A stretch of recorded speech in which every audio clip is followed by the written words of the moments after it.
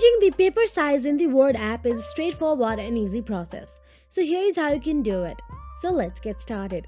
Firstly, open your document in Microsoft Word, and once you do so, all you have to do is go to the ribbon and go to the Layout tab in the ribbon. Once you tap on the Layout, you can see there is orientation option available. Simply tap on the orientation. Now you can see there is portrait and landscape option available there. Simply choose one according to your preferences. Now after that, click on the size in the page setup group. You can see there is size option available. Select your desired paper size from the drop down menu. Standard options like A4, letter, legal, etc. Or choose more paper sizes to enter custom dimensions. After you do so, click OK to apply the changes.